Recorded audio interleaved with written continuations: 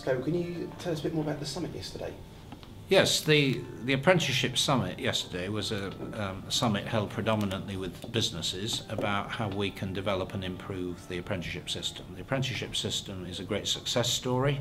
It's very good for people who go through it. It's for skill training. It's very good for companies, very good for the wider economy.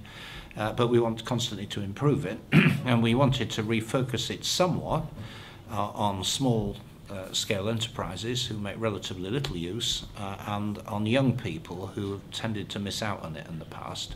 And that's why we've given effectively a bounty of like £1,500 for any employer that takes on a young person at 16-24 and put them through an apprenticeship course.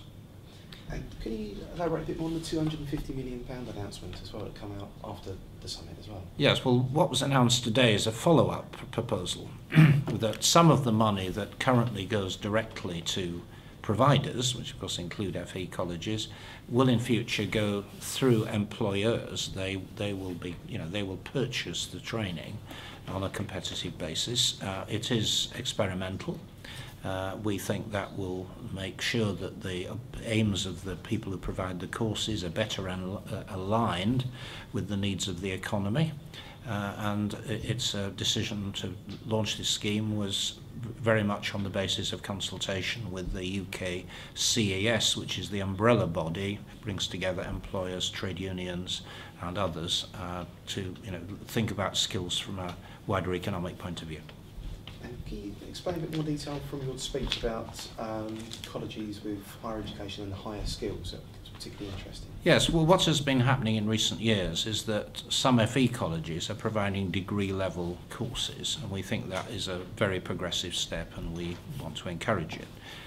And under the new system of allocating university places, which is much more competitive, much less directed by government, we've created what we call a core margin model.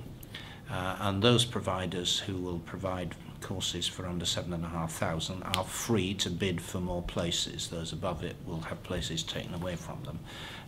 And we would expect that as a result of that, FE colleges would have a greater role in HE than they do at the present. But as you may have heard in the hall, individual colleges may worry about their position because they're having to compete.